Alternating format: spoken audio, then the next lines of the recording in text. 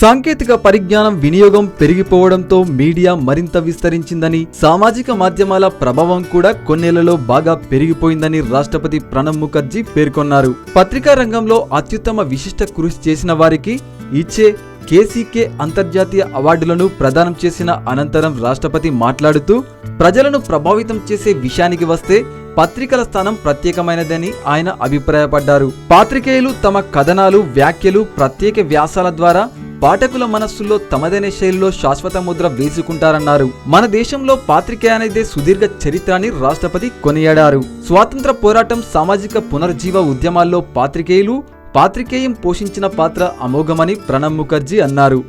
ఒక్క మాటలో చెప్పాలంటే భారత పాత్రికేయం చరిత్ర అంతా ప్రగతిశీల సంస్కరణలు, సామాజిక పునరుజ్జీవనం, వలసవాద వ్యతిరేక పోరాటాలతో కూడుకున్నదే అని అన్నారు. 1819లో రాజా రామ్మోహన్ రాయ్ ప్రారంభించిన సంవాద్ కౌముది నుంచి Samachar Chandrika, Mirat ul Akbar, the Harijan, young India వంటి ఎన్నో ప్రచురణలు పత్రికా రంగ విశిష్టతకు అద్దం పట్టాయని, మీడియా ఉంటేనే ప్రభుత్వాలు సరైన మార్గంలో నడుస్తాయని రాష్ట్రపతి తెలపడం జరిగింది. హాయ్ యోయో వ్యూవర్స్, సబ్స్క్రైబ్ చేసేటప్పుడు అక్కడ ఉండే గంట సింబల్ ను ప్రెస్ చేయడం మర్చిపోవద్దు.